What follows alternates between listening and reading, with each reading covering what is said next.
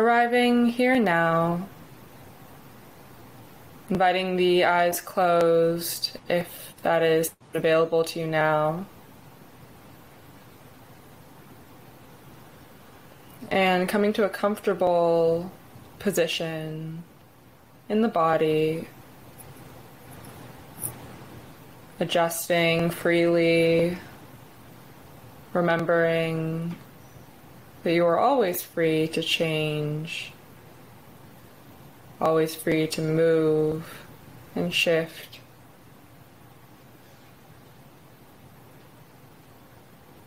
Noticing the breath as it is.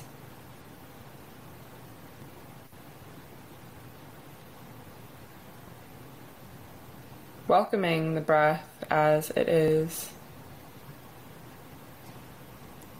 Fully in the body, breathing through us.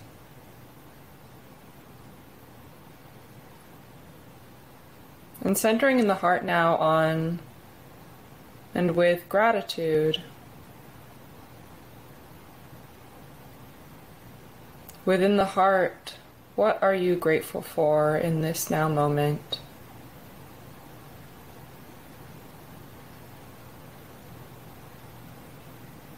Listening to the heart. Listening to what gratitude is here for you.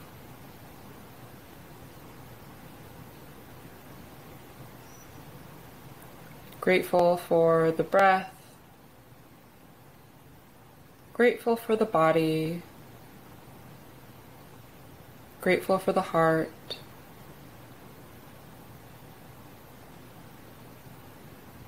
Grateful to be here now. And grateful for the sound of the singing bowl that invites us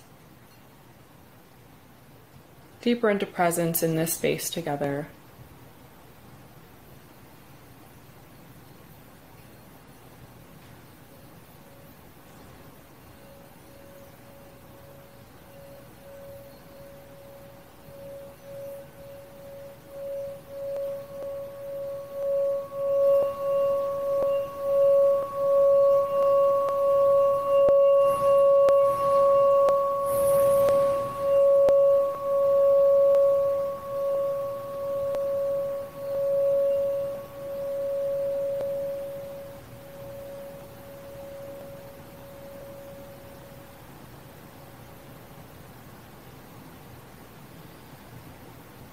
And on an inhale, gently opening the eyes if they aren't open.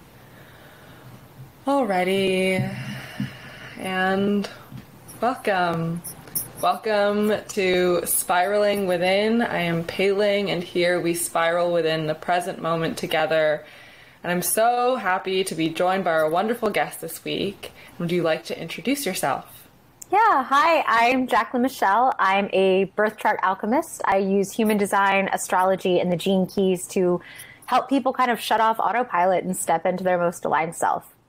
Beautiful. I love that phrase, Birth Chart Alchemist. Well, I realized it wasn't just, I started with only human design, and it's become so much more over the past, few years. So I was like, I need a title now that expands into all the different, tools we're using, all the different modalities we're using. Yeah. Absolutely. And isn't it so wonderful that we are free to change our titles? Absolutely. Always, always. As we evolve and expand, I mean, each week my descriptor for myself changes, but that's wonderful. That's part of this human experience. And for those who aren't familiar with human design and gene keys, how would you introduce those?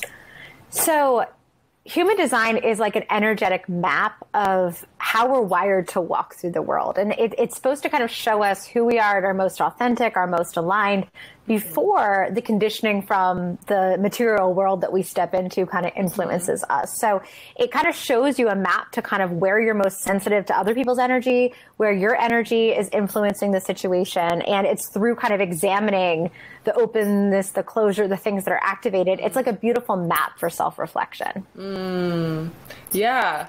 And as you're saying that, because really the word that comes up is essence. It's like this map or blueprint of our essence before and beyond anything.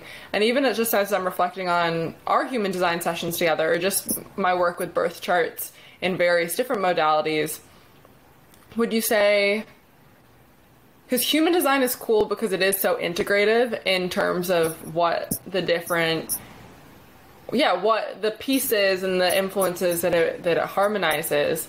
And it speaks to not only the way that we emotionally and mentally experience the world, but even just our physical body, and that the body graph, which was the body graph always originally part of human design? It's kind of like the physical expression, or like a material expression of that energy and how it moves and how it flows. So yeah, the graph just kind of, and it's funny, it's not maybe the most beautiful graphic that's one seen. Like, I don't know if you've ever seen like when you look at your astrology for the first time and you see the wheel, you're like, what? There's lines, there's symbols, there's numbers. People kind of have the same reaction when they look at their body graph for the first time. But once you kind of dig into it, it is a beautiful kind of pictorial, just showing you where you're open, where you're sensitive. And you're right, it's our energetic body as much as it is our emotions or our intellect or our sense of self. It kind of compartmentalizes those aspects of our energy just like enough so we can stop kind of focus on just one thing at once, so that we can then integrate it back into like the wholeness of who we are. Yeah. And if you haven't seen a body graph, it's like hips up. It's hips up with these energy centers that are either kind of colored in or open or defined or undefined. And I think what's actually cool is that the map is depicted on a human body. Like for an astrological chart, it's like in the wheel or it's in a grid. It's less directly mapped onto, like traditionally it's less directly mapped onto the human body. And I think what's cool about I guess actually it's called human design, so it's so it's very applicable to humans specifically, whereas astrological mapping and charting, you can look at the graphs for things that aren't just human, like animals. Like I was laughing this morning. Like electional astrology, like how things are evolving and changing. So what I love about human design is that there's a way to look at our chart called the Rave Mandala, and it does take the wheel of astrology and map it back to the body's energy. So it can be a hybrid of both. So you can look at just the energetic map or look at how those two things are kind of interacting with each other. Because one of the things that's like helpful about human design is it stands on the shoulders of four really beautiful ancient wisdom teachings, astrology just being one of them. So the Rave Mandala shows us how the I Ching maps back to astrology, which maps back to the chakras, which form our energy center, which maps back to Kabbalah's tree of life, which is how everything is kind of structured and oriented within the map. So it's like just a beautiful visual expression of how that energy kind of sits within us, but also connects to the bigger, larger thing. Yeah, absolutely. And I think helpful, and this is even just, and I'm sure that different practitioners or different human design people have different approaches and ways that they explain it or do readings and things like that. But what I appreciate about you is that your approach is very grounded and helpful and practical. Like taking these things and how does it actually translate? Even the analogies that you use are very individual specific, which is really cool and helpful. Like, for example, what you might share to somebody who is a teacher who's a mom of 3 kids is going to be different from what you talk to like a physicist who loves hiking their dog, and that's part of the beauty of it being human design. I don't know, there's something really about it being it captures the intersection between like who we are and how we've been conditioned to be, and then how we like aspire to be also. Like I think there's room for all of that within how we talk about it.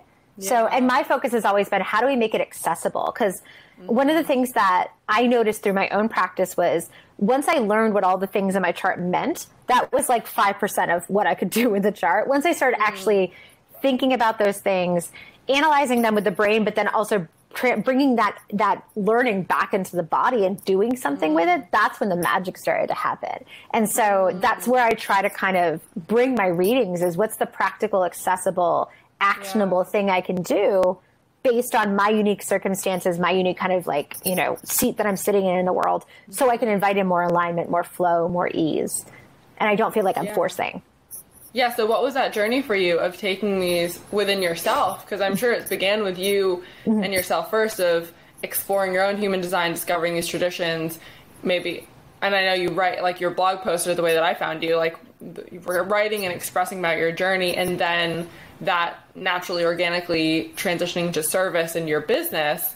What was your journey to that point? Like, what were you doing pre-human design, birth chart alchemy business stuff? Yeah. So when I graduated from college, I joined the nonprofit Teach for America, and I was started as an elementary school teacher. And I very quickly ended up just being in education. So I was teaching teachers how to teach kids how to read. And I spent about almost 15 years kind of in that K-12 educational space in different, like, I was at a publisher for a while, I was doing sales for a while, but my career unfortunately kind of transitioned from that public kind of service in the classroom into something more corporate and private sector. Yeah. And it stopped feeling in alignment, but I also had kind of allowed myself to get kind of subsumed and consumed by my job. I was doing all the things that external society says we're supposed to do that lead to success, quote unquote, but I was miserable. I had a drinking problem. I was working 80 hours a week. I was so disconnected from who I was. And actually, human design came into my life at a time where I would literally wake up every morning and look in the mirror and go, I don't recognize myself. And so I was looking for a tool and a modality to bring me back to who I was. Like, I wanted to like the person I saw in the mirror every morning. And when I was a kid, I was really nerdy about astrology, like, and astral projection and like anything supernatural or spiritual. Like, I was in that section of the library. And so I had started listening to podcasts that were kind of spiritually adjacent. And I remember I was in one of the groups on Facebook, and someone mentioned, I'm feeling really disconnected from myself. I need something that's going to kind of help me get back into my integrity. Does anyone have any suggestions of modalities? And someone in the comment section was like, human design. And I'm like, what is this? So I started researching. And from there, it was just, I used it initially as a way to find myself again. But through that process, I realized this is such a powerful tool. It's such powerful medicine. There has to be a way to express it to people that is more practical, actionable, and accessible. Because I know if you've ever done some Googling on human design, you realize that a lot of it's very esoteric, and a lot of it is very talked about in a way that's very opaque and feels a little gatekept, some of the information. So my whole goal was, as I was learning, I'm like, let me create the resource, because, you know, you can't kill the teacher in you. Like, let me like find the resource or create the resource I wish I had. So that's where my website, Interior Creature, was born. Oh, well, thank you for sharing that. And that's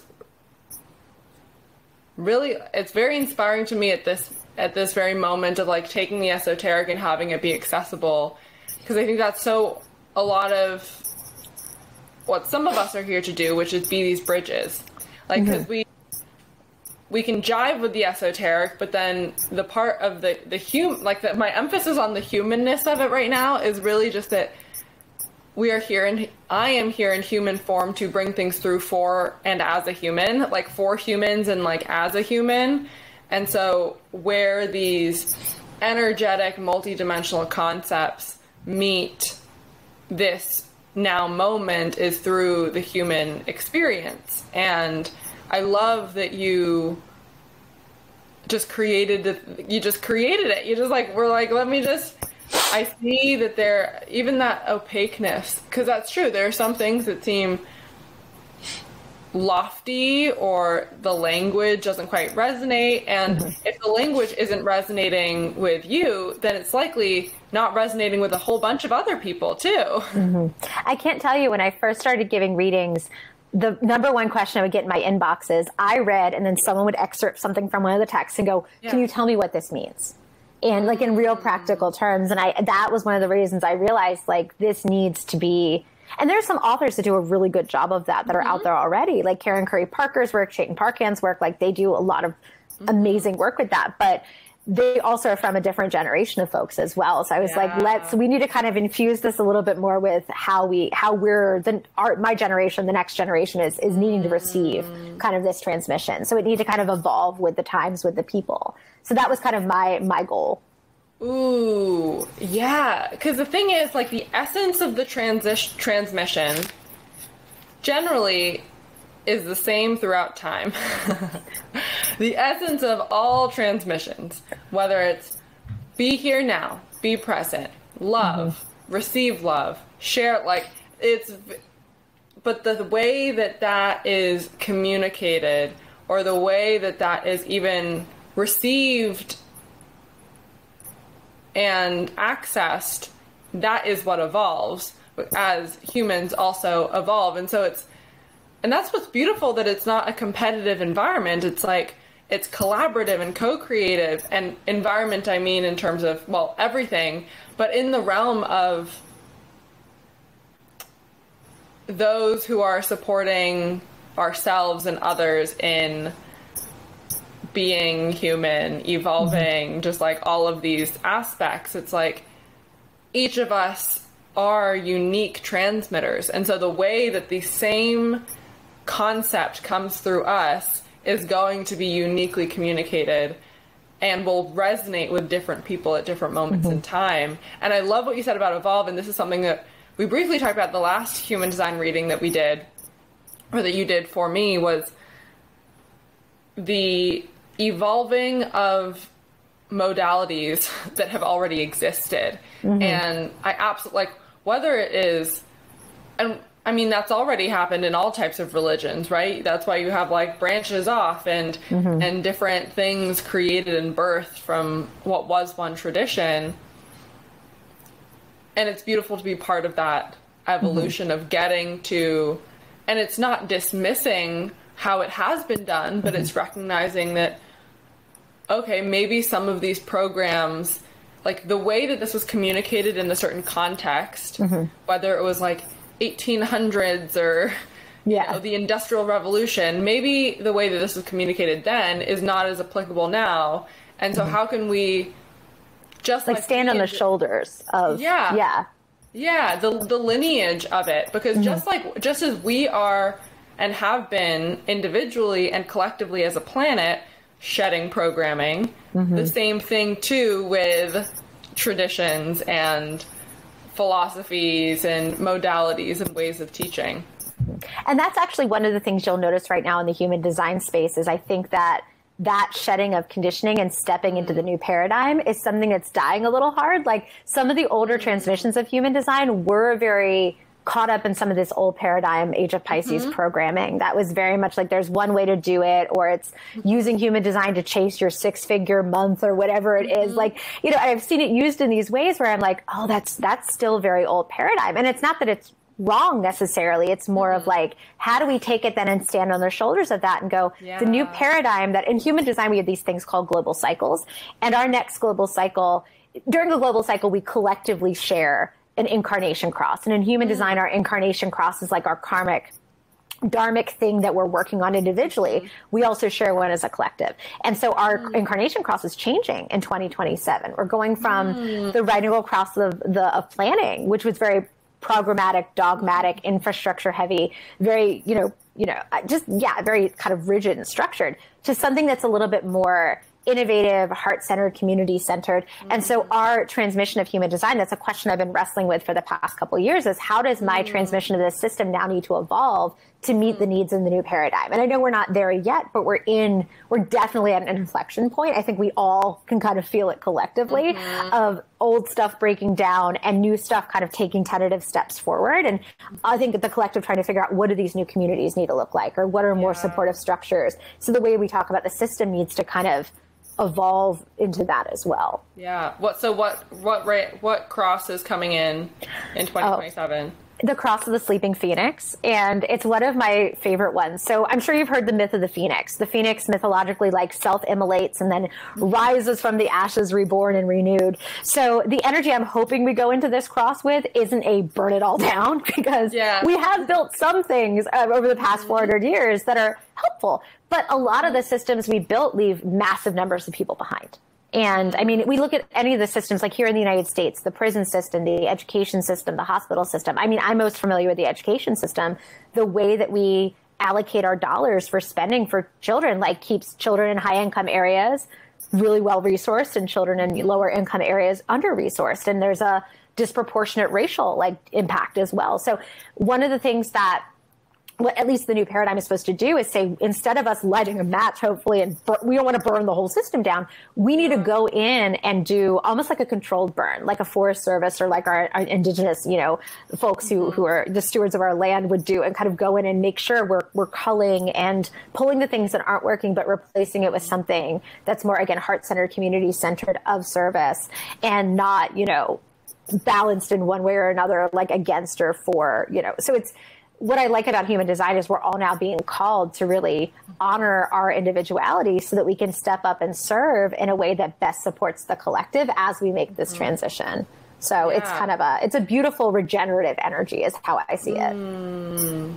Yeah, I love that perspective. And also the centering in individuality and how we are best called to serve. That really is to do so in alignment. What I've experienced is it's dropping from the mind into the heart and really connecting. Like, so much guidance really is that I've received is just like center in the heart and what is it that nourishes the heart and lights the heart up, because that is the way that we can serve in a way, like the fact the heart is this like infinitely generating battery. Like it is it's spacious, and we can generate like infinite love from the heart space, and that can nourish us. Like that does nourish us. And the hunger that we experience, yes, on a physical level, but primarily on just that hunger of searching, seeking meaning in life, seeking fulfillment, seeking contentment, seeking purpose, seeking a reason for why this all is.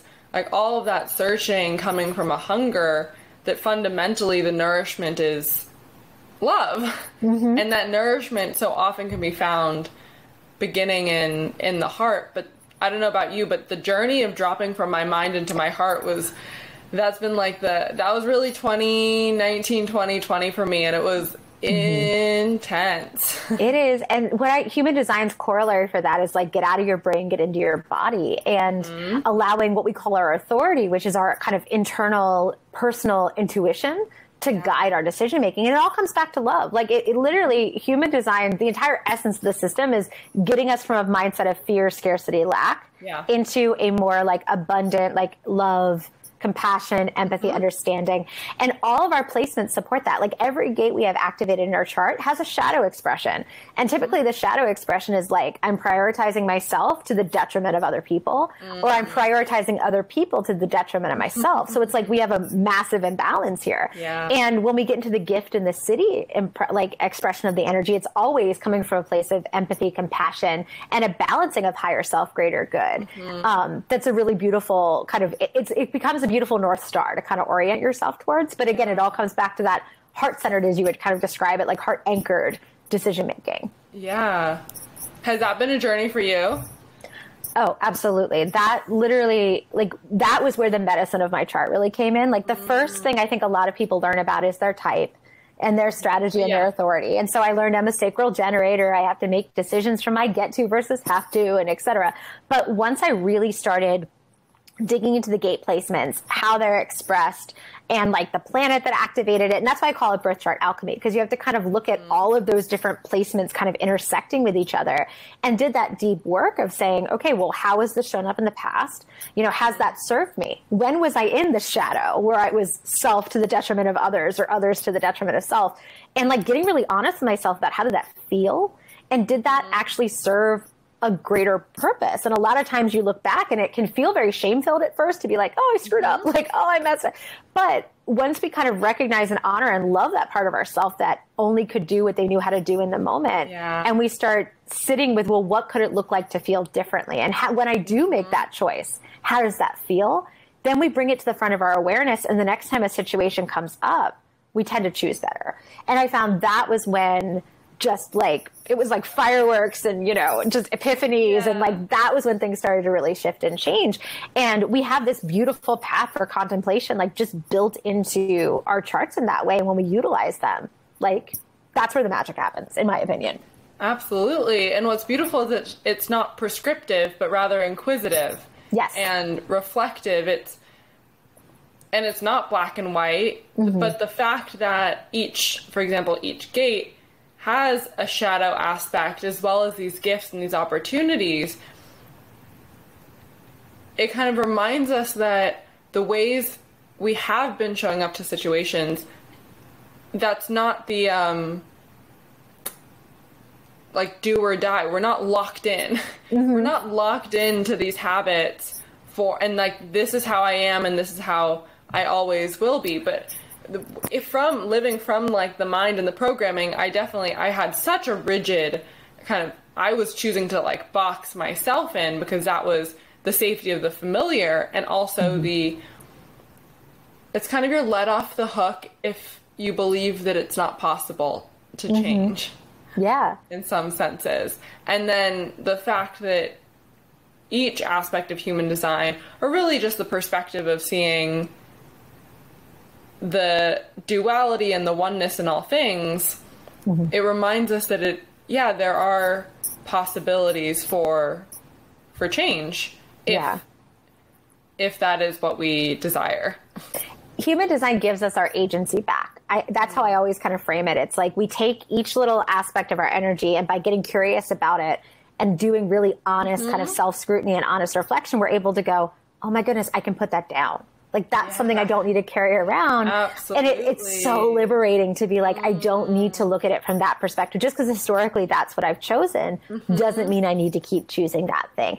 And there is this kind of exhale that happens when you start noticing those points. And it is freeing. It's funny. If you looked at my like bank account external indicators of success, like I look like a very different human than I did when I was technically like earning the whatever and had the title, but I'm so much happier and I'm so much like, there's the feeling of just peace and ease that I have that wasn't there before. And I look in the mirror every morning and I'm like, you're good. I like you. Like we're growing. This is good. Like and being able to have that for yourself is just, I think, like invaluable. Oh, absolutely. And I mean, even for me, just like going through the external success or the getting the job that has the money and being like, okay, I've gotten to experience that. I like tried that on and it allowed me to experience what I was meant to experience in that. But even though right now, like technically I'm not profitable technically in terms of like being a business owner. And I am so like you said, it's like so content and so at peace and just like so loved and nourished. It's interesting. It's even like there's emotion welling because it's just like, it's priceless. That's what that's literally, it's the pricelessness of it. And that is part of our collective transition from that planning structure, infrastructure, like believing that we need money or a certain amount of money in order to XYZ, or we need a certain system or setup in our life in order to da-da-da. And that shift to the Beatles, all you need is love. Exactly. And it's like, that's it's that community, allowing our communities to function as like a network and having that mutual support. Like that's what that new paradigm is supposed to kind of bring us. And if we can fulfill the promise of it and set those systems up, then it almost like the profitability, quote unquote, stops becoming the metric for success. It becomes like, do I feel like I'm of service? Do I feel like I'm supporting my community in the way they need to be supported, also in a way that lights me up and gives me joy? Then the energetic exchange then feels much more, as opposed to, I mean, back when I used to work my last job was corporate. I was working like 80 hours a week. And, I always felt like I was putting out more than I was getting back. And I hated the imbalance there. And the goal, I think, is to find things where, again, and whatever that looks like for you, it may be within the old paradigm systems for right now, but feeling like there's an equitable, balanced energetic exchange is like super Yeah. important. Yeah, that mutual nourishment. Yes. And money on an essence level is just energy, and it that doesn't mean it doesn't have to be. It can absolutely be part of that exchange, but it's like, where are you beginning from? Like, what is it for, and how are you in alignment with that, or at peace with whatever is happening. And the beautiful thing is, actually, when we shift from chasing anything external to listening to the internal guidance, that takes care of everything anyway. It's like life then begins to reflect and highlight, like, offer us these opportunities for nourishment that like reminding us that the abundance is already here. Like the abundance and the support, the true abundance. Like all we have to do is literally, I'm looking out the window and it's just leaves, like green leaves and blue sky, and there's wind. There's like and a butterfly just danced by for us. Like, like it's just like beautiful. We have hummingbirds here. I'm in Arizona, and I've been seeing little hummingbirds like flittering and chasing each other lately, and I'm like, oh, I love that. It just yeah, and it's like it's all here. It's all here. Absolutely. What about when you speak of the new paradigm? What does that mean to you? I think it is. I think it's a shift from the brain to the heart. That's, I mean, in essence, it's allowing love to lead as opposed to scarcity and fear to lead. And I mean, it sounds very utopic the way we talk about it. And again, I don't think it's going to happen overnight, but I think if we think about so many of the movements that's kind of come up, even just like protest movements or social justice movements, have come from this genesis of like, people are being left behind. And so how do we show up for people in a way that's compassionate, empathic, that mutual care? And I think we're going to start seeing systems be, hopefully, reconfigured. So how are we supporting more people? And how are people getting their needs met, being more at the center? And again, it's from a place of just like abundance as opposed to scarcity, and mutual care as opposed to exclusion, or, you know, me at the expense of others. Like I have to out earn, or I have to outperform. It wanted to be more of a, how can I best show up and serve so we're all supported? So that's my vision of it. And there's hopefully then a bit more ease too, because we're not forcing ourselves into boxes that don't fit us and support us. It's more of like, from a place of authenticity, integrity, and talent and joy, how can I show up and support? Absolutely. And in that vision, in my experience, the actualization of that vision begins within the individual self. Yes. Yeah. It begins, and all the things that you're saying of not leaving things behind. I think even just in the healing space, there can be this, or has been, a labeling of, okay, this is negative energy, I need to get rid of it. I need to like cut this out. How do I fix this? Identifying, because all of that, right? It's coming from that. It's really coming from a brain place as well, of like analysis, identification, even like medicinally, there's something here, there's something wrong. So the labeling of it is wrong. And how do I get rid of it? Or there are all of these forgotten parts of self. Like, how many people are living from their reactive inner child because they have forgotten the inner child? And so the inner child is like, you know, acting out. I always say, like, the shadow plays an important role in our design too. It's the thing that teaches us, and a lot of us need to learn through doing. I mean, especially depending on how our profile and lines are, like, you know, distributed. But I think like the shadow part, to be human is to be messy, right? Like we all have the dark and the light within us, and it's not like we want to deny that the dark is there or never have these shadowy impulses or urges. But just like you said, a lot of times it's reactive, not reflective.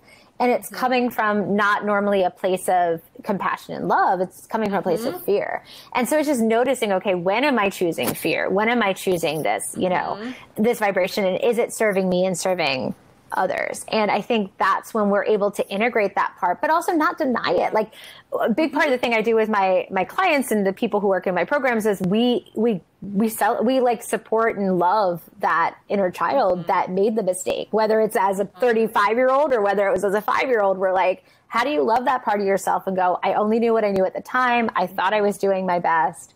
Like, I love that part. I have compassion for that part. I can choose differently now, but I might also choose that again in the future. And it's not necessarily a screw up. It's, we have to allow the human to be part of our design, if that makes sense. Like, absolutely. I mean, that was a massive part of my, in loving myself.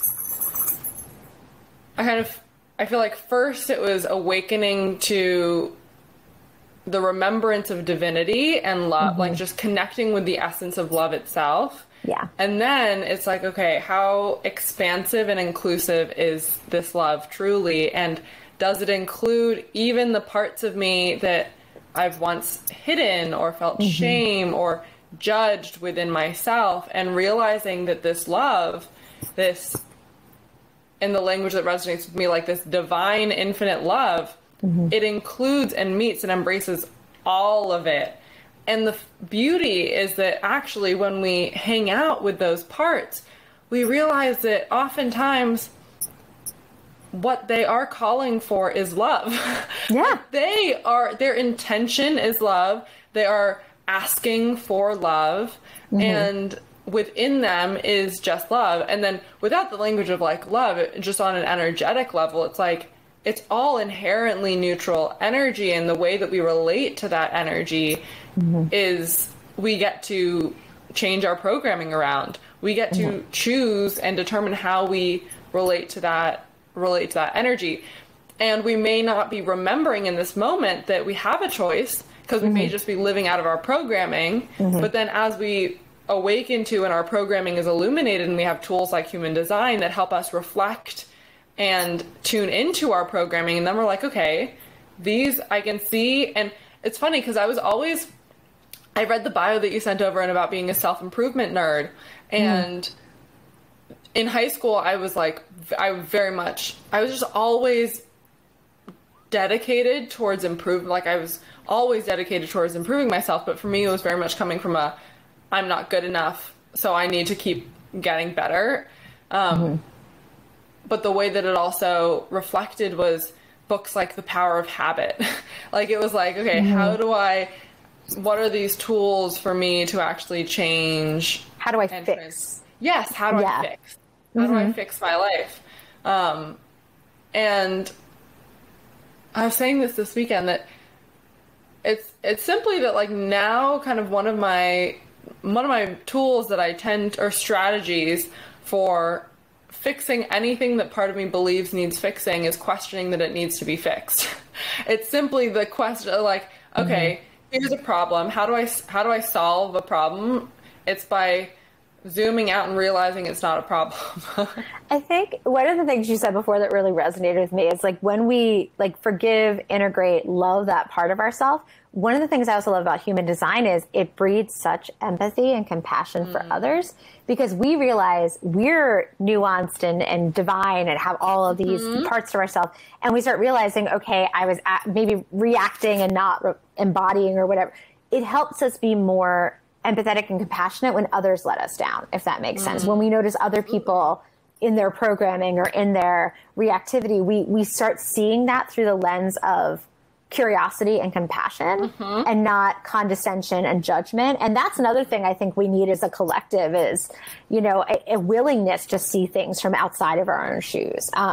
One of my favorite quotes, it's Anais Nin. She's quoting, I think, the Talmud, where she says, we don't see things as they are, we see things as we are. And I think what I like about human design is it starts there. It starts with how am I and how does that help me understand the world around me? But it very quickly transitions to, wait, I'm seeing something through my narrow perspective.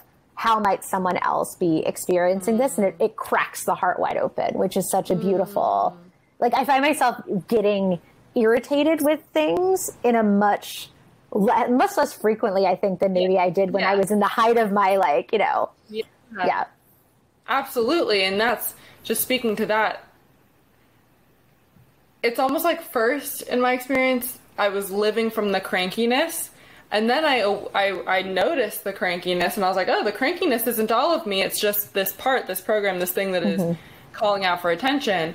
And then I nourish and love the crankiness.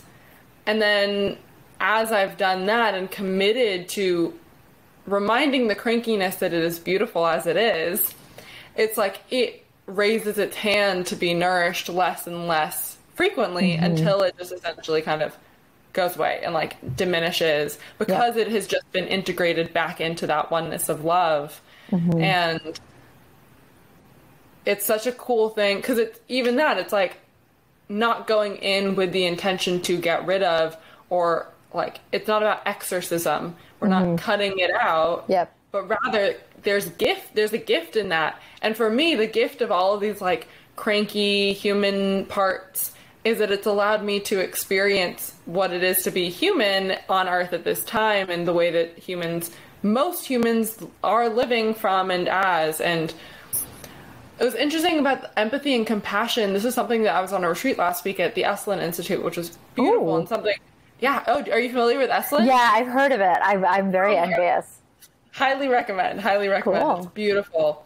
And something that somebody was sharing was the difference between empathy and compassion, of empathy being feeling another's feelings or literally within your body or experience, sensing and feeling what they're feeling. And then compassion being this infinite resource of love that can just be overflowing and shared. And I think that's a really interesting thing to highlight because the conversation around empaths, I feel like in the past few years is very much, it's like empath. And the idea of being a highly sensitive person, which in doing the human design stuff and learning about open or undefined centers, I'm like, oh my gosh, there's like a whole thing that there's a blueprint aspect of this as well. And it's been really empowering for me to first recognize how I have been actually experiencing the energies of others, or just that I've been very sensitive to experiencing their stuff, but also remembering that I don't actually have to. Like, I can be compassionate without having to feel other people's stuff. And I think I always use empathy and compassion in tandem with each other, because the compassion is supposed to remind us that the empathy, like, we can put that down. Like, we can feel it and it can trigger I think sometimes the empathy for a lot of folks, when it's in its highest place, it triggers the compassion. It reminds us to go back and dip into that infinite well of love. Yeah. But we don't have to use it as it's almost like an alarm or a sensor that goes off that lets us know something in our environment needs our care and our concern. Yeah. But if we carry it around and like presume it's ours, like that's not in service to anybody, ourself or the person we're trying to support. So yeah, I always kind of couple them together, because I think for some of us with a lot of openness in our chart, it might start with empathy, but it's like the sensor going off so we can switch to compassion. Yeah, I love that. I'm curious. So you talk about how when you were young, you were all into the spiritual and the metaphysical and all of those things, and then you kind of got your experience in doing the thing and doing the corporate thing and all of that. How has your remembrance and reintegration of a heart-centered, more spiritually open or tapped in, tuned in, all these intuitive things been reflected or influenced your personal relationships? How has that been? It's just funny as a kid, I think, like, because we're so young, like our brains don't even really fully develop till we're 25, like from that like human body perspective. So a lot of the stuff I was nerdy about as a kid, I felt very closeted. about it. Like I used to go, when I was in that metaphysical section of the library, I would stick those books under the Babysitter's Club or like under something else. And it was like, I didn't want people to know I was reading about astral projection, or I didn't want people to know I was reading about cryptids or whatever it was at the time. Like, cause it runs, that section runs the gamut, right? And so I feel like there were things I intellectually maybe was starting to understand as a kid, but like I almost needed, I think from a karmic perspective, to put it aside for a while and get far away from it enough to realize like, oh, this isn't something like kind of what we were talking about earlier, it needs to move from the brain to the body.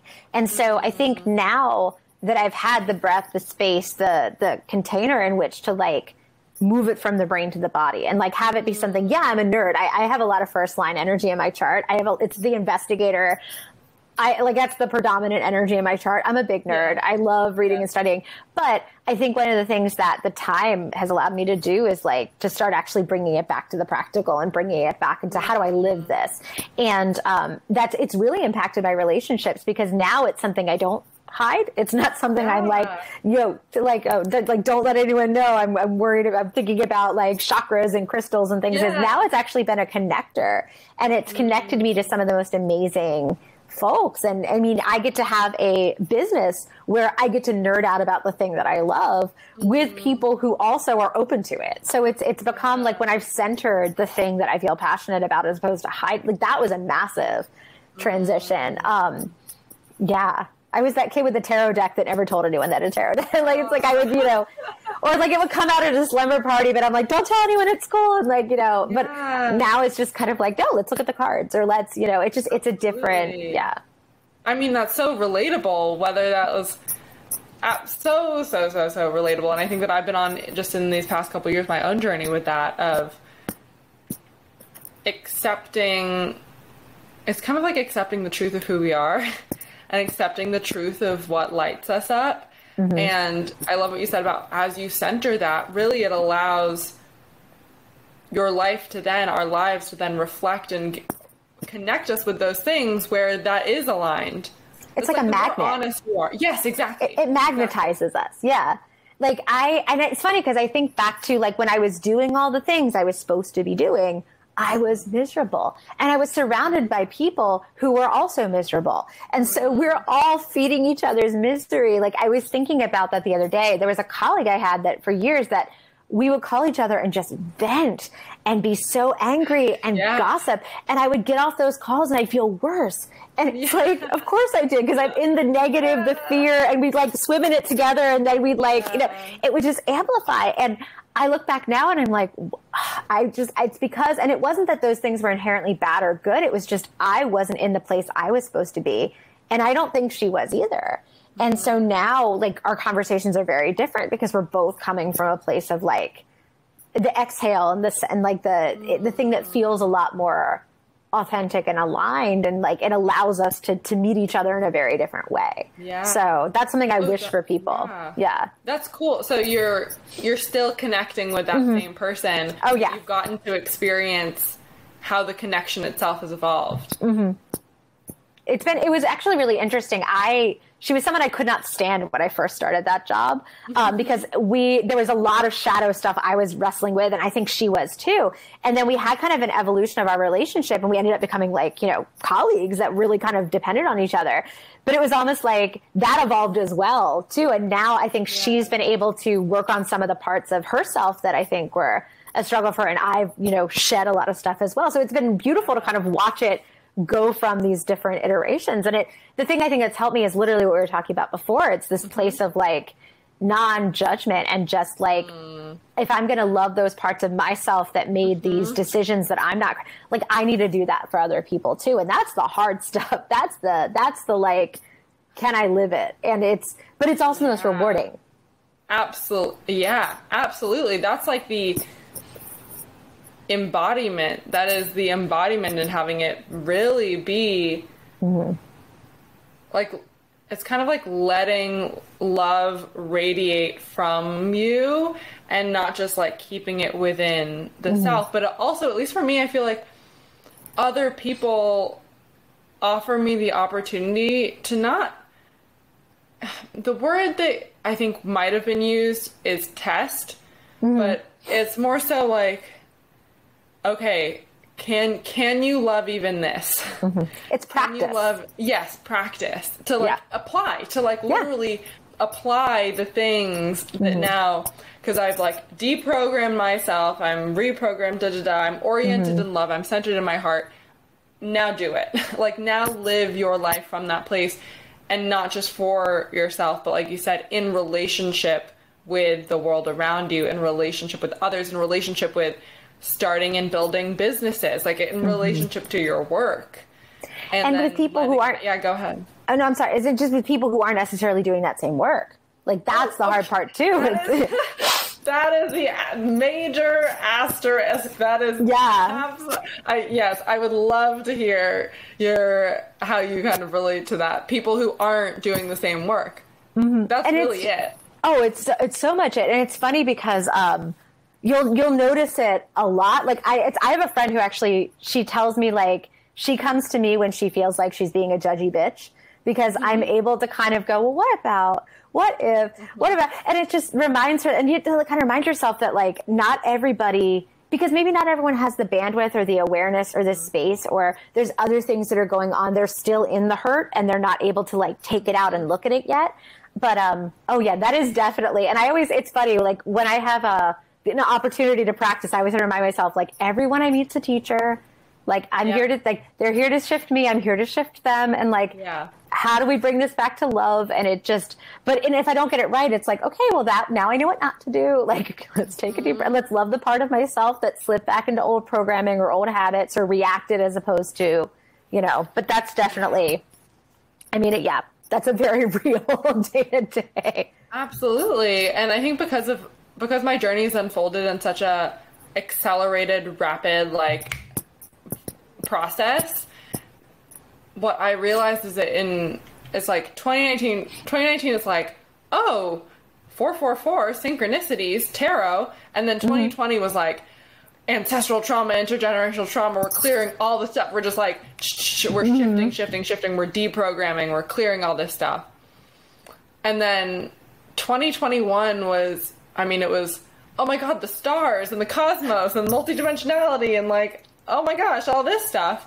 And really anchoring my like personal connection with the divine, with source and all of these things. And in that space in 2021, what was supportive, what like my beingness needed in that time was people who were on the same wavelength, who were on that journey, because it helped me feel supported. And I'm like, okay, we're doing it together. We're walking alongside. And I really was just like surrounded by people who were also committed to that journey. And then what happened by literally the end of 2021, right before 2022, we went our own ways. And this dispersion of, okay, we've journeyed together. I feel solid in my, I feel solid in love. Like I feel totally held and embraced and nourished in love. And now it's like, okay, it was like the universe and our spirits were like, okay, now it's time to do our service. Like now it's time to do our work and our missions in the world, which it's not being in the echo chamber. Yeah. That's really what it's like. It's not being in this echo chamber where we're all agreeing with each other. It's actually being the lighthouse amidst the darkness. Yeah. Reminding the darkness that it is the light. But that has required me in this like first 6 months of this year, this emphasis around, well, as I've been plugging into the human world more again, like returning to Earth with the infinite expansion of my multidimensionality, now centered in my essence and core. It's like I feel, and I was just having a conversation about this earlier. This was a new idea for me because I haven't been watching news all throughout since I graduated. And the irony is that I studied international studies in college, so. And then after college, I was like, hey, done with the news, no more news. And then the pandemic, and I was like, because as I was clearing the programming and connecting with my essence, it was the vibration and the energies of it were literally too abrasive for me to be in my heart space and to kind of anchor in the core essence of my love and my light. And that's really what was support. It was like, I'm kind of really being a clear channel. Yeah. And so what was a new thought for me just today was, oh, I actually think that maybe I am stable enough in myself, in my light, in my clarity, in my connection with divine and source, that I can encounter seemingly different, seemingly contrasting energies and still stay in my heart, still stay open, still stay in light. And I've been experiencing that over just the past couple months of like a willingness to spend time with humans, like just be in the world, right? Yep. Be in the world, encounter and engage with, be in conversation with people that I might not have thought would resonate with me, or that I might not have engaged with, because I feel stable within my energy. It's funny. There's this anecdote. It's a Buddhist anecdote where they talk about how, like, it's one thing. There was a monk, I remember, he was talking about how he couldn't wait till he got to the monastery so he could really practice meditation and like get off the crowded commuter train. Yeah. And his like teacher was basically like, actually, this is the place to learn meditation because there's all the distractions, there's all the things. Yeah. And that's literally, as you were talking, I'm like, that's the thing it's reminding me of. It's like, now I have to put it into the human material plane, real world. And how do I maintain and continue to choose love when so much of the dominant programming is choosing fear, scarcity, and especially the news cycle? I mean, it's been very intense the past few years. And again, I think in human design language, we talk about that as the old paradigm crumbling and the birthing the new. But again, for us to be, it's not like, how do we balance like being in the world, but also trying to shift the energy of it at the same time? It's like, it's a hard thing. And I don't think there's one. Everyone has to kind of pick the path and how much they, that feels right to them and how much of it they take in. Like, I've even shifted how I consume the news. I know back years ago, I used to have cable, and every time, because, here in the United States, we have an awful problem with gun violence. Like, there'd be a school shooting, and I would not be able to do anything else but watch CNN or watch MSNBC and just cry and just, but that wasn't serving the problem. That wasn't helping the children. It's just, I know it's a soft spot for me because of like, I taught first and second grade. I think back to my littles and like how that would have felt. Yeah. Now I've learned that like to be a responsible consumer of the news, I can't be in an environment where it is totally shutting me down for the rest of the day. Or it's like my empathy is like over. And I think now I might be in a different place where I might be able to watch it and detach a little bit more. But I know when I was in the beginning of my healing, I was like, I have to get rid of cable. And so I had a couple of newspapers that I would check in with, but at like a specific time during the day. And I found reading it was different. So everyone's got a different, I think, recipe for what that looks like. But same thing, I needed my kind of container where I could kind of go and it was safe. And I felt like, and now it's like, how do I apply that now? Because I know one of the things I have in my chart, and I believe we share this, is that open solar plexus of just like the very intense of like, I can feel the emotions in my body. Now it's like, how do I bring the centeredness I have back to the experience of 24-hour news, if that's something I choose. Like right now, I don't know that that's something I want, that influence in my life, but yeah. Yeah, it's this capacity to be with suffering. That's really like what we're talking about is like individually and collectively. It's the willingness to be in love with, like, be in love within ourselves and meet suffering with love and not try to change the suffering, not try to fix the suffering, just witnessing, loving, embracing, listening, and being with suffering. And just offering like from my perspective of what you shared, of watching the news and just sobbing, like multidimensionally, that is service. Because in the sense that, and this is something that I experienced when I was really deep in like ancestral work. There would be times where I would literally just spontaneously cry. and my logical mind, there would be like no reason that I would be crying, but there was something. And what I very much felt in my heart was, I am shedding the tears that my lineage did not have the opportunity to shed because of maybe they were in a context in that moment where they had to keep it in. Maybe there was no opportunity for them to be with those emotions. And this is something that I've experienced. Like some people, some souls, part of their mission is to transmute, like literally through their bodies, through the emotions, through the physical body and system, is to experience and transmute very heavier, slower vibrational energies. And because they are so resourced, because they're resourced and connected with the divine or love, they're able to kind of transmute those on behalf of the collective. And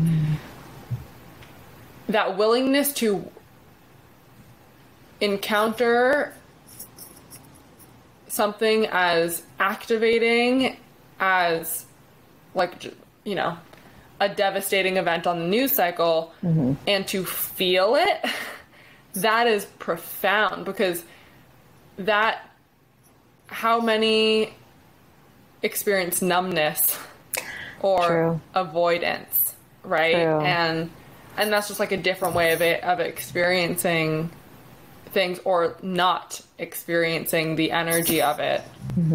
That's a beautiful reframe. And it's funny because as you were talking, I literally made a connection. Like my incarnation cross is called the gate. It comes from the gate of crisis. And it's all about sitting with suffering. And just literally as you described it, I was like, of course, that's what I'm here to, that's part of what my karma is. And holding that compassion and holding that love. And so it's like, how do we, and everyone is wired so differently. And so like the way I would do it with my Garden of Eden incarnation cross is going to be different than someone who's wired differently would. But that's such an important thing to kind of, thank you for that. That was a beautiful reframe. I'm like, oh, that actually, that wasn't a negative or bad. That was different. And that's, or part of it. So you have, was it your incarnation cross is Garden of Eden or Crisis? Well, so it sits in the gate of crisis. So every gate has its own name, and then our crosses have a name, right? So my incarnation cross is called the Right Angle Cross of the Garden of Eden, and it's about love and this idea of like unconditional, supportive, empathic, like, you know, just compassionate love. We're supposed to, it's almost as if it's kind of dancing with that, the story from the book of Genesis of Adam and Eve and how, but it's like pre-snake when they're in the garden and everything is theoretically perfect and just like, you know, utopic. So we know that maybe isn't, you know, necessarily the case, but they say that there's a part of us that remembers that compassion, that joy, that service, and wants to make that manifest here in the physical world. And the vehicle through which I do that is gate 36, which is the gate of crisis, which is all about suffering and intensity and trauma. And, you know, thinking about my own things that I've gone through and how that's built that compassion for, or that capacity for compassion. But also I think it's just like what you said, like my open solar plexus and that openness, like amplifies it. So it's part of the journey to like, be able to hold the suffering and transmute it maybe, but also just be present for it because, Has divine partnership or just partnership or like conscious relating, has that been an aspect of your journey? Yeah. So I think so one of my big 4 gates is also relationship oriented. So we all have 4 gates in our chart that are like, there are big karmic 4, and like it's through really dancing with those in our incarnation cross that we learn our lessons. And one of them is about vulnerability. It's gate 6, and gate 6 is called the gate of friction. Sometimes they're named after the shadow. So if you ever read a name of a gate and go, oh, that sounds terrible, it's kind of like sometimes it's the, you know, the thing we're moving through. But one of the things with gate 6 is all about like how much we share of ourselves emotionally, sexually, physically, intimately, how much we allow other people to share with us. And so when I was in that kind of not self, you know, era where I was just kind of in other people's programming, in my own conditioning, I was not picking in a way that was healthy, supported, loving. It was a lot of scarcity-based decision making. So one of the things I ended up doing was basically saying, I'm taking myself out of that for right now. And so I've been building really good conscious friendships and like allowing things to kind of evolve as they're going to evolve. But in terms of romantic relationships, I was like, I need to take a step out of that until I worked a little bit more deeply on some of these things, because I know I'm going to keep picking the same lessons and calling them in if I'm not integrating, right? And so that's also part of my profile. I recognize with my third line, it tends to, I joke it does things in triplicate sometimes. I have to date the wrong person 3 times to realize, and it's not the wrong person, it's the wrong match. It's either like it's just like I'm not ready for what they need or what they can be supported by, and vice versa. Maybe they're not open to, or, it's just it's finding that right vibrational match. But I found that I'm finding that with friendships, and eventually that'll be something. But it's got to be someone, I think, who's also has the self-awareness and and it's interesting because when we look at compatibility in charts too, it's all about conditioning, meeting, wiring, and how, and that awareness, I think, of just that presence of self to realize where there might be gaps or where there might be assets. If that makes sense. What do you mean by conditioning, meeting, wiring? That's such a yeah.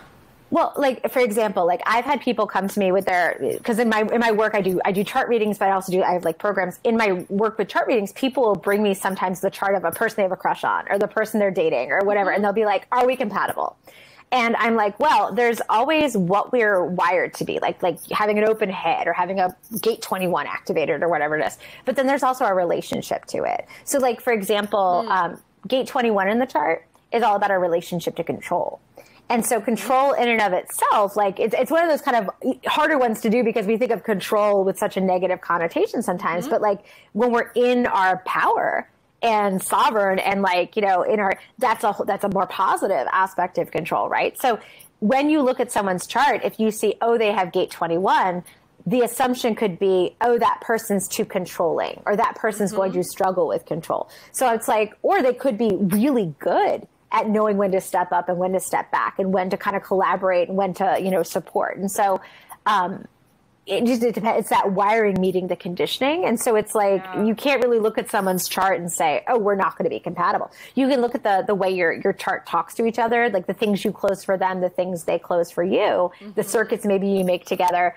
But it's also, how in their body are they? How aware of themselves are they? Are they doing that work of knowing that they're perfectly imperfect, but always aspiring to pick the love and pick the, that needs to kind of, then it's easier to like work with any placement. Then any placement can be compatible.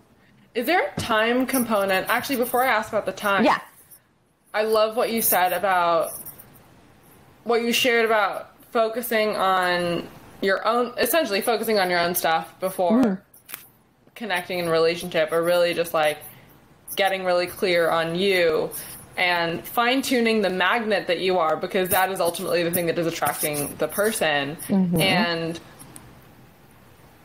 if we're because we're just attracting that vibrational match.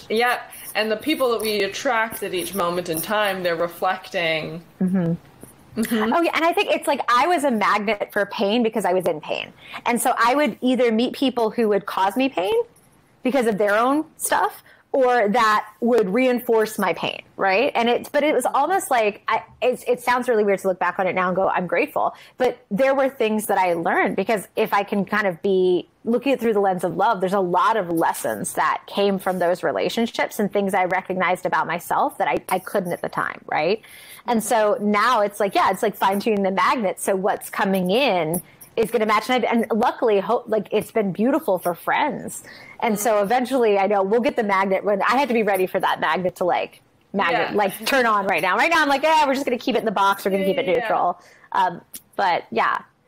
Yeah. So in that, like, for example, a magnet turning on and the time for a romantic relationship in your life, does human design inherently have a time component, or is that something that you kind of add in, as in like I know that with the different lines, like oftentimes the first chunk of your life this, and then this, and this.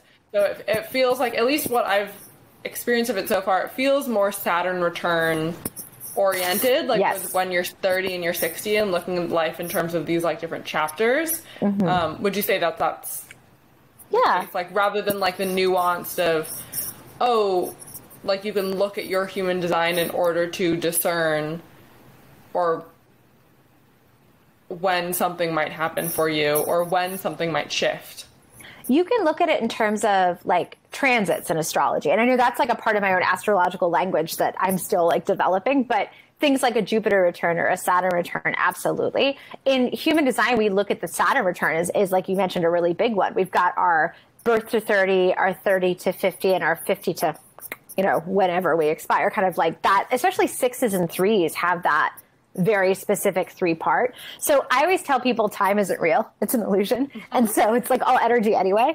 But there are those 3 kind of very specific cycles that folks will go through. So typically birth to 30. So this is especially true for any 6-line placements we have. We go through this like trial and error phase. They say all 6 lines migrate to the 3rd line for the first 30 years of our life. So birth to Saturn return. And that's when we're learning by doing and we're trying stuff on. And like you said, we're seeing what fits, what doesn't. It's like life's like the perpetual changing room. And we're just trying to kind of fine tune what our style is and what fits. And then if we have a lot, again, 6-line, we go up on the roof for 20 years. And what that basically means is from our Saturn return to our Chiron return, roughly, we're taking a step back and renewing, recharging, and reflecting. So like I need to it took a lot of energy to try and do all that trial and error. So I need to recharge. And then I need to reflect on like, what did I learn? I know it's a weird terminology. I call it the living autopsy phase because it's not like a postmortem because not necessarily everything died, but there's parts that left that were supposed to and parts that we planted that are going to grow. So it's like, let's do this living autopsy. What's cause of death? What's cause of life? And at first, sometimes, to make a Seinfeld reference, it feels a little like Festivus. It feels a little like airing of the grievances. Like, you did this and you're terrible, or I did this and I'm terrible. And hopefully, though, we kind of transcend that to get to a point where we're like say it was a breakup, they were terrible, they cheated on me, or I was terrible, I didn't notice the signs, or whatever it is. Later, we can get to the point where we're like, okay, what I've noticed about myself is monogamy is something that's important to me, or transparency and honesty is something that's important to me. So those are things I need in a relationship, and I'm able to give XYZ, and here's something I need in return, and I need someone who's able to give XYZ, and that person just wasn't able to, or at the moment was in a place where that wasn't possible, or it was possible, but they didn't choose it, or however you want to view it. But once we cut, that gives us something actionable to do with it. So typically what ends up happening during that 20-year period is folks move from the Festivus phase to the kind of, that more of a, I would say it's more of like a sterile, you can kind of look at the data and then you can do something with it. Like, okay, now I know I need this, or I can give this. Like like you said, you turn the magnet back on and you start attracting kind of that vibrational frequency. So when we step off the roof after our Chiron return, the idea is if we've integrated truly these things that we've been reflecting on, then we start becoming like, again, a magnet for the things that we desire. Now, I think it can happen before our Chiron return if we're doing that deep, deep reflection. I've also met folks who are significantly after the Chiron return that are just starting to go up on the roof. So it's like astrology is not, I always say it's not, they can be used in a predictive way, but I think like there are our own personal patterns and like the energy can be right for something, but if we're not ready for it, Yeah, I mean, I think even just that description of that, you have experiences, you live life, you turn inwards, you reflect, you integrate, and then you apply. Like that hero's journey works. We can be experiencing that all the time, like just moment to moment. And that cycle really is that phoenix rising. That is the like death and rebirth that is the momentum of our evolution. And I think what's interesting is it'll be interesting to see for humanity if that model shortens, like the time span shortens as the remembrance that time is just an illusion, but also as things accelerate. Like just based on my own experience, like I feel like I went up on the roof and then I went deep up on the roof, and then we now we're now I'm in the third phase of like applying and living all these things, and that accelerated experience of what some people, they might be in their 70s and they're doing that work now. And for each person, that journey is unique and perfectly timed and specific, regardless of if it aligns with a certain archetype, because the Saturn return or all these things are not happening in a silo. They're all these like interconnected multidimensional things that you see in the chart and then also beyond. Oh yeah.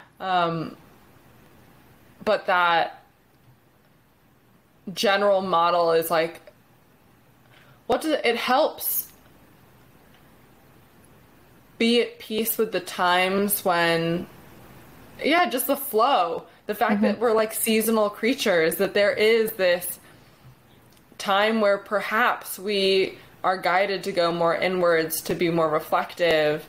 And that might just be energetically. It might not, on the outside, it might seem like we're showing up in life the same way, but we might just be noticing, just the different seasons where we're turning inwards or like being called to go out. There are so many aspects of the chart that support that too. Like there's incarnation crosses that are about cycles and about seasonality and about like, really letting yourself be in an experience, have it teach you before you like turn on your Monday morning quarterbacking kind of analysis hat. Like we're not going to do the post-game show before we played the game. Like I don't know much about football. That was the extent of my analogy, but you know what I mean?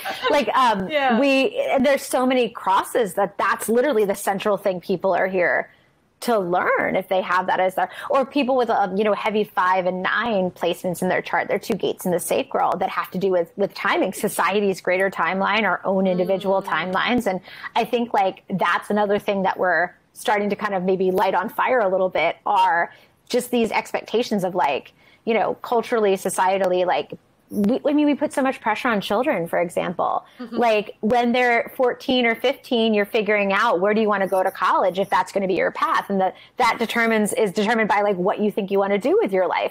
And at 14, like that's a big decision to make. Like, I thought I wanted to be an actress when I was that age. And like, I picked a school based on like what I thought would get me to Broadway, but that's so different than what actually felt aligned once I got there. And then, once I stepped out of it. So hopefully we're taking some of these like external traditional time frames for when things should happen and like scattering the ashes of that to the 4 winds and going, we need to like allow our timing to unfold exactly as it's supposed to. Oh, absolutely. And that was, when you say the 14, 15-year-old, I remember being that age, and it was such a linear relationship to life that I had. I was like, it literally felt like a micro shift in the angle from where I am now is going to, when like, the center spoke of a wheel, like you do a tiny turn, but then if you travel 1 mile out, that's going to be like, if you travel 1 mile out to the right and then 1 mile out to the left, you're going to end up like so far, even though it was just a micro shift in the direction of where you were facing. So that's kind of what it felt like in my embedded conditioned high school self was, if I just make one tiny quote unquote wrong move or decision that is not quite aligned, then it's going to send me down this trajectory that's going to lead me to just like, who the heck knows where. And the pressure. I mean, my God, the pressure of that. Yeah. It's the pressure of your entire life. Like I literally felt like it's my grandchildren that are going to be affected by my choice. Like if I make a wrong choice, then it's my entire legacy and lineage that experiences the consequences. That's like so intense. That's so intense. And how do we make decisions under that pressure? Pressure doesn't always help. We say pressure makes diamonds, but like sometimes it's not the right conditions for us to be anchored in our, in our highest potential. Well, and in my like reflection on that now, it's like, I just remember that in that moment, it's like, I love what you're saying about, and this is something that language that I use too. It's like, we're showing up in the best way we knew how at that moment. Like that was the best way I could. And so I was actually expressing my highest potential for that moment. And it really motivated and charged a lot. Like, it allowed me to be like, oh wow, now that I kind of am zooming out and stepping back and seeing that, I don't actually desire to live like that. To live under the conditions of all that pressure, because I've gotten to experience that I can live with ease and enjoy just like the present moment and all of these things, and also just awakening and remembering the reality of life and the non-linear nature of things and of what is, and that there are twists and turns, and also even if from just from like a timeline perspective, that all timelines are playing out simultaneously, and so it's like and we can like just like these, all holographic universe territory there. I love that. I love the absolutely it is. And even things like that, it's like holographic universe, multidimensionality, to me those aren't abstract, they're like literally day to day, moment to moment applicable things. But yeah, the idea of something being a linear trajectory and the pressure of timelines. I remember when I had my first kiss when I was, it was like a month before I graduated college. And even that, it was like, I was so motivated by the shame of not having conformed to the normative timeline of what I thought it should be. That like, I was so set. I was like, I can't graduate college not having kissed anyone like that. And this was just like an art. This is just a conditioned thing. But that was fuel. That was fuel that like catalyzed this like this determination to like make it happen and really confront the intensity of the closeness and the trauma that was really underlying. Like all of that catapulted me into your body keeps a score and learning about the somatic embedded trauma that we carry and all of this stuff. But the shame, like getting to realize, not even release at that point, but just realize the shame that I was carrying.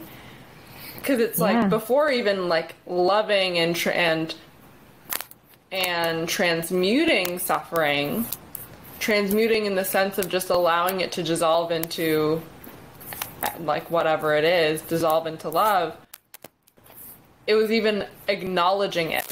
Like even just acknowledging the things that are present, acknowledging like the level of just awareness is massive. That's like a whole journey for so many people, is what is it even like to be aware of sensations in the body, to be aware of our emotions and our thoughts. And and that's like one of the reasons why I think I've been so committed to kind of shifting from just telling people about their human design to be like, how are we going to live it? How are we going to embody it? Like, how are we going to turn autopilot off? Because all those things you were describing, like for years, for literally, I would say almost 15 years, if not longer, of my life, like I was in a perpetual state of, I just need to do, and I was afraid to be.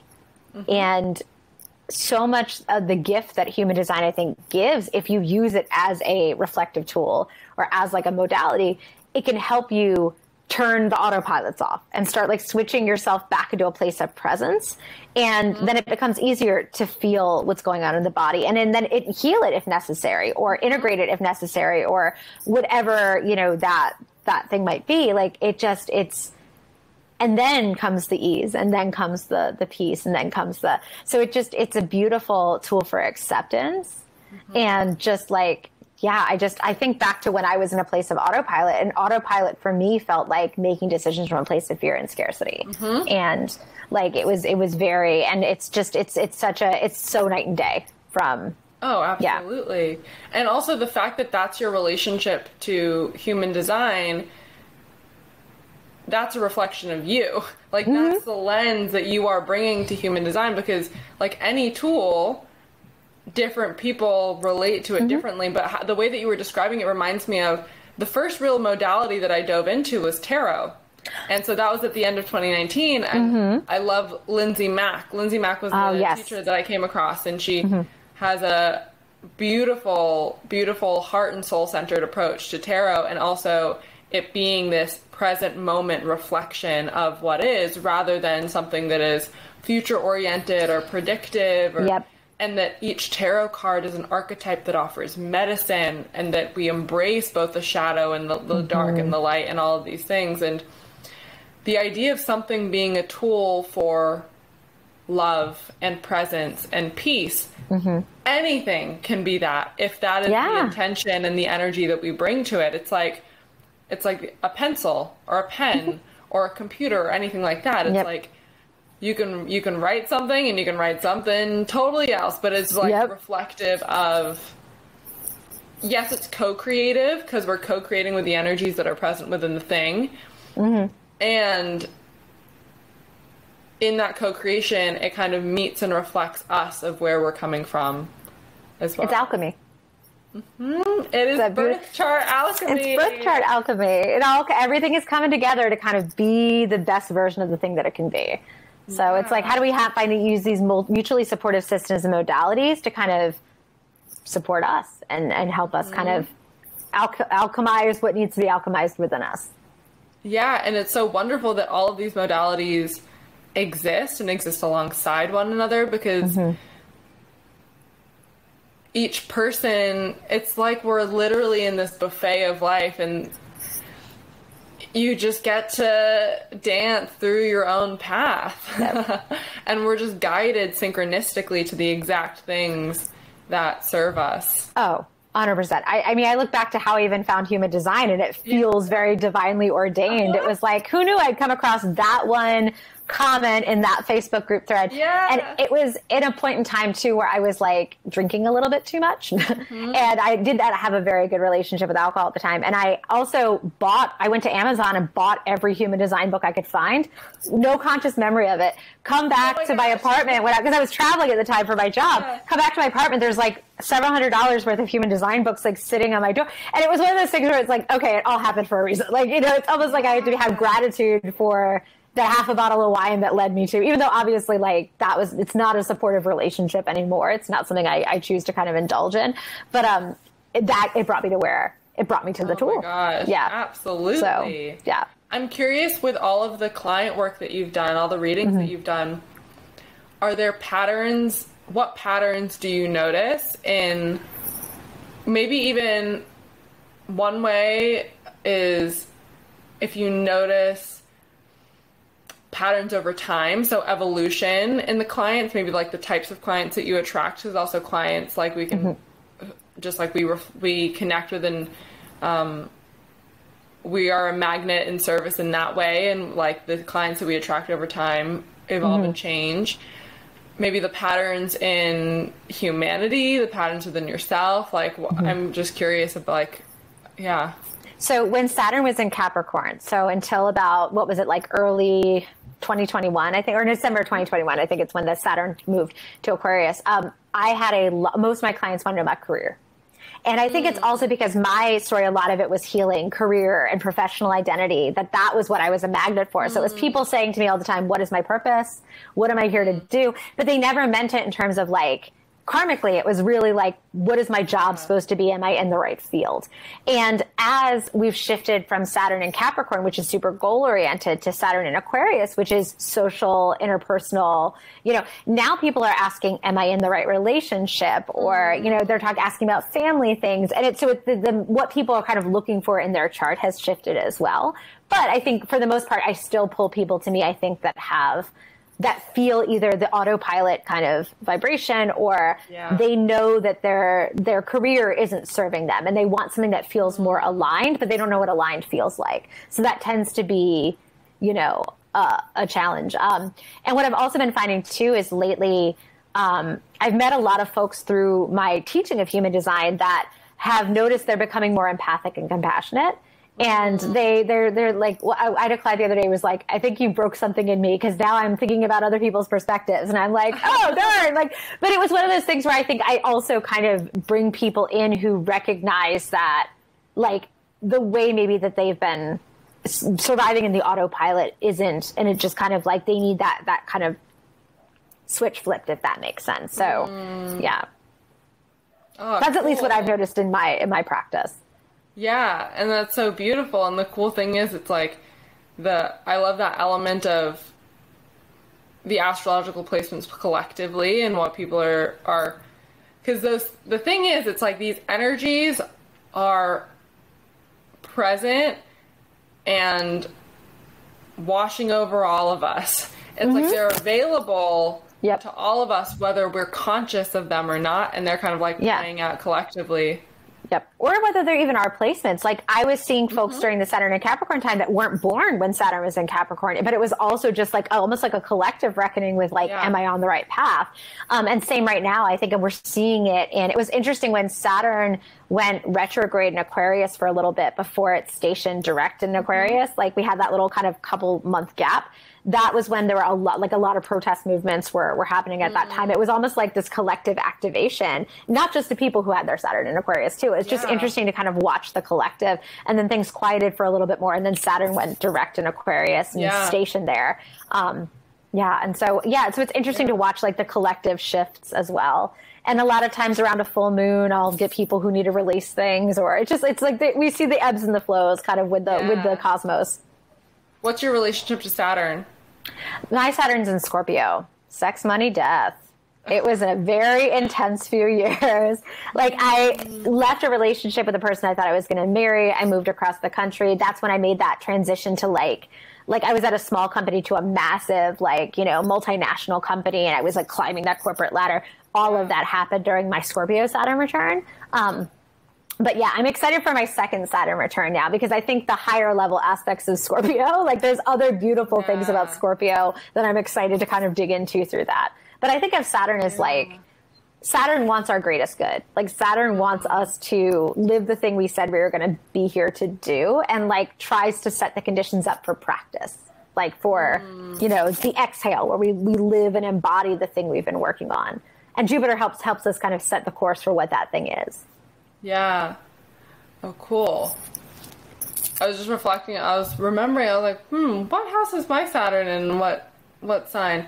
But that is an interesting. I haven't really considered that part about the Saturn return, of the way that your Saturn plays out, looking at where Saturn is in your chart. Like that, makes. Well, and it also, because in human design, our gates are governed by a specific zodiac sign. So it's interesting, too, to kind of look back and see, like, okay, so, like, my Saturn is sitting in this gate. It's governed by this zodiac sign. Like, how did that play itself out? That's also really interesting. Yeah. What are you excited about now? Like, in terms of your service or your life? Like, what is lighting your heart up now? I am launching a program on the 7th, and I am so excited about it. It's literally the thing that I've been building, I feel like, since I opened my doors. So it's called the Karmic Studies Elevator. And what it basically is, it's like a group program, but also coupled with independent, like, curiosity and inquiry of your own chart. So it guides people through a really step-by-step inquiry of all of their placements. And it gives them that breath and space and time to do that contemplation of it, but also start the integration process. But it's supported also by a group container where people can come week to week. Because what I found is when I teach my classes in human design, it's fun to lecture, but then afterwards we do a Q&A, and people bring in their partner's charts, their friends' charts, their family's charts, and they bring in their prior knowledge and their questions. And we learn in such a beautiful horizontal way, as much as we're learning kind of from the traditional, like, teacher giving a lecture. So it's taking the best parts of that, but also combining it with this kind of self-guided inquiry. And it's a beautiful 6-month container. It basically carves out the space for you to dedicate to yourself week to week to get to know all of your placements. And it's a giant resource bank where you can literally go, oh, my sun is in gate 25 on line 4. What does that mean? I can watch a video on the conscious sun. I can watch a video on gate 24. I can watch a video on my second line. And then I'll be there every week to support, like, alchemization, like integration of that information. So that's what's, like, lighting me up right now is I'm so excited. It just kind of came as a download a few months ago where I was like, this is how it can look. This is the marriage of, like, how do I nerd out about my chart, but also how do I put it into action and, like, switch off the autopilot. So that's amazing. That's where I'm really excited right now. Oh, and it's called the Karmic Studies Elevator. Yeah. We're elevating our karmic practice. Yeah. what was the creation process like for you?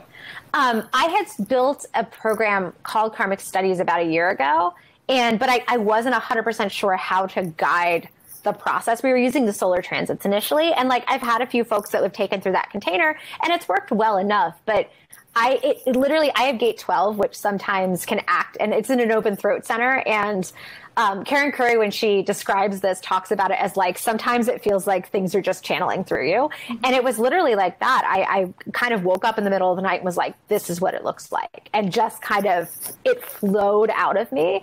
And luckily, because I've been teaching human design virtually, I have a lot of resources I can pull from and kind of reconfigure. But it felt like all the different disparate things just kind of flowed into one river. It was like all the different streams found their river to flow into. And so, it just kind of was this download. And then it was just, my sacral was like, I can't wait to work on this. I can't wait to work on this. So, and it's good when the sacral, my gate 14 is literally like, don't stop, just keep going. And like, that's always a beautiful kind of direct yes. So it's been a beautiful thing, a fun thing to create.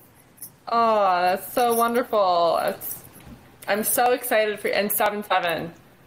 7-7. Yeah. Yep.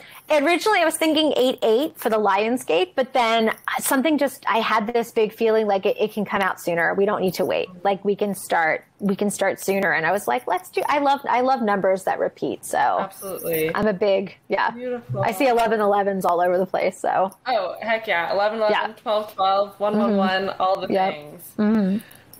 So I feel like this is a wonderful place to just open it up on that note of in these last moments, like anything that you are inspired to share kind of to anyone listening and watching, whatever is inspired to come through the beautiful channel that you are. One of the things we've been thinking and talking a lot about, at least in the containers that I've been working with lately, has been our earth placement.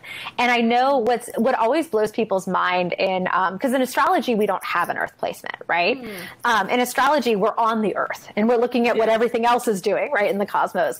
But in human design, we have an earth activates a specific gate in our chart. And it's located completely like opposite on the wheel, the ray of mandala from our sun placement. So they're not necessarily like oppositional energies, but they definitely have kind of a balance to them. And so what's beautiful is in human design, our earth placement is what balances us, what anchors us, and what grounds us. And a lot of times it might not be an energy that you see in your natal chart. So for example, if you look at my major placements in my own natal chart, there isn't any Virgo. But when I pull up my earth placement, it's a Virgo placement. And I do notice when I have a system, a structure, there's a little bit more organizational, things that I do tend to show up more consistently, feel a little bit more ease.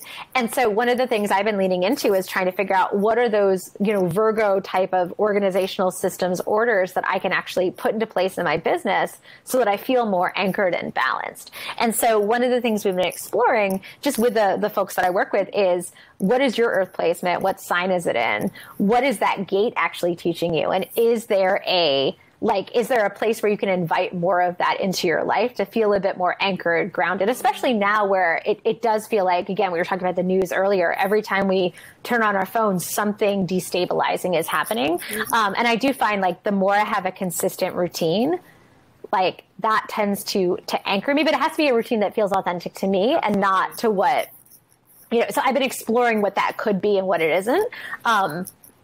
So that's been. So where would someone has never encountered human design, doesn't know, how would one tap into how do I find out what my earth placement is? So you'd have to run your chart first. And my favorite software for that is free, and they do not spam you, which is, every today you get on their list and you're like, I'm going to hear from you every 5 minutes for the rest of my life. But it's called mybodygraph.com, and just all one word, my body graph, as if it was a compound word. And then you enter in your birth date, your birth place, and your birth time. Try to get it as specific as possible, and then it'll populate your chart. Now, the sign for Earth in the human design, there's a little glyph that represents each placement. It looks like a plus sign in a circle. And so if you just look in the column that's black, normally it's the second down from the top, right under your sun placement. You'll see a number, a decimal point, and another number. The first number is your gate. The second number after the decimal point is the line it's on. And then Google. Yeah. There's so much more information on human design out there than when I started that like you're going to get a much better kind of search result history to kind of, look at that.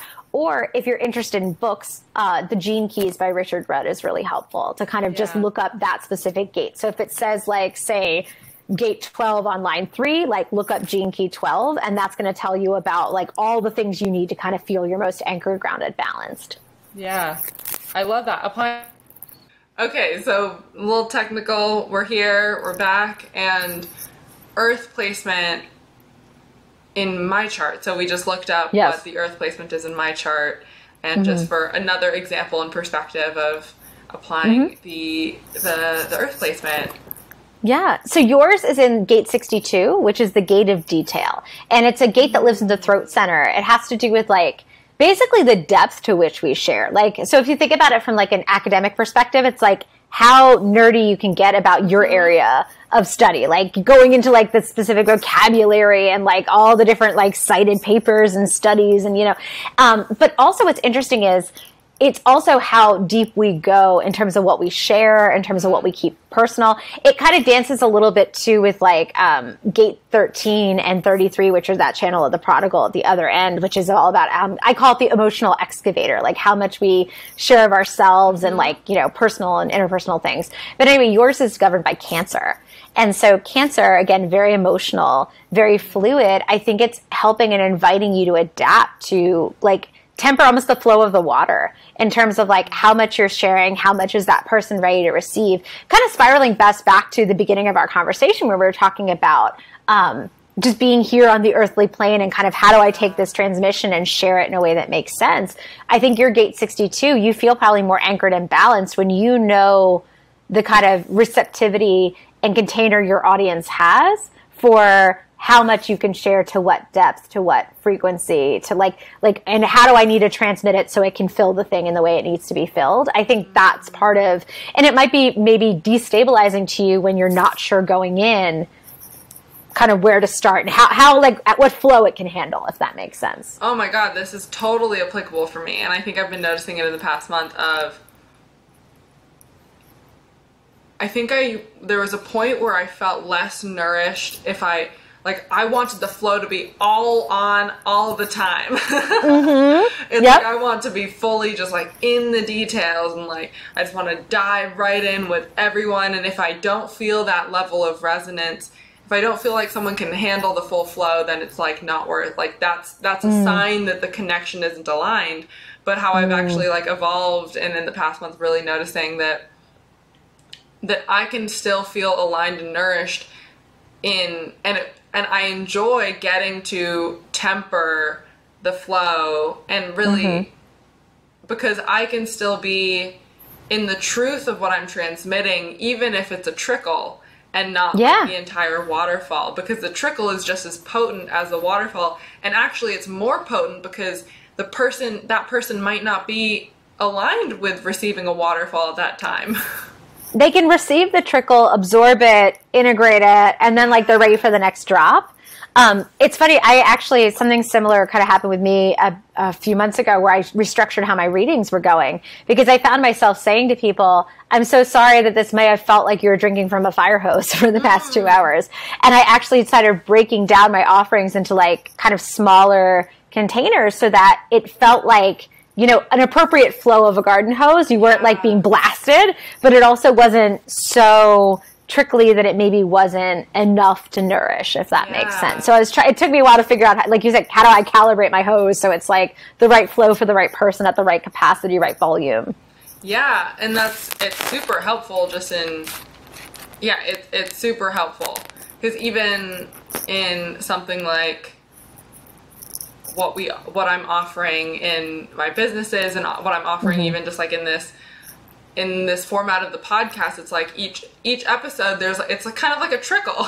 We're like trickling in different concepts based on who I'm interacting with and not just being like, whereas I function, I'm like, it's not even a waterfall, I'm just like the ocean, and so it's all there already like I just am there, and then, but not everyone is for these specific things that I'm here to bring through. Yeah, and I think with your profile, you being a 2/5, having that fifth line, like the fifth line is anchored in service. Like the fifth line really wants to like meet the need and address the thing and have the thing be fixed. And I think you're realizing that you naturally, and what's beautiful is your 62 is on a second line, which means there is like a natural aptitude there for judging and like tempering that flow. And just like, if you allow, then it's going to be like the right medicine for the right time. Yeah. And that discernment allows the service to actually be received. It's like, because I definitely, and I've been receiving this feedback just like, you know, in conversation with people where I'll be talking and then suddenly I'll go on, and then it's like their eyes will glaze over and it's like I've lost them. But I've had that experience too. Yeah, but the capacity to like just be there and then offer like a little bit more and trust that for that person, like it doesn't, but that requires for me being really comfortable within myself of knowing that it's not that there's no like ego need, checking any ego need for them to know how much I know, or checking any, Yes. Or even that scarcity of like, if I don't give them everything, then I'm not of service. And it's like, no, like it can be the medicine for the time in the dosage it needs to be. Like we don't yell at someone because like they have a headache and they didn't take the entire bottle of Tylenol. It's probably good they didn't. They can't take all at once. It becomes toxic if it's too much. So, you know, it's like, what's that right dosage? Yeah. So that's kind of part of that anchoring for you, is getting the dosage right to continue that metaphor. Oh, that's super helpful. So thank you, Earth Placements. And what a joy, how fun it's been to chat with you. I know, it's so good to see you. Yeah. You always have such a beautiful, warm, like, I feel like it's, every time I talk to you, I feel like I'm being hugged. So it's a beautiful energy to be in. So thank you. Thank you for that reflection, and for all of the beautiful karmic studies elevator. And best wishes with all of that. And then aside from that group program, you also do one-on-one readings, right? Yes. Classes, they're my favorite. Courses. Absolutely. Yeah. I just love sitting with someone and just being like, you have a beautiful chart. I can't wait to tell you all about it. Yeah. And just getting to sit through that with you, like experience readings with you, I highly recommend. And I mean, it's so cool that I just like, I'm so grateful that over the past couple of years, I've gotten to experience all these different modalities, and like, because I feel such a resonance with you and just like the way that you are evolving human design and just, you know, your essence. It's like for you to be like my human design go-to person, and like it's so cool to like find that and feel that resonance. Yeah, it's been so, this path has allowed me to connect with so many amazing people that like I have to sit in gratitude for that every day. It just like I just get to pinch myself, like I am so lucky. So, like, I feel lucky, so thank you. Thank you, and thank you to everyone who is with us, watching and listening. Yeah. Take care, everyone.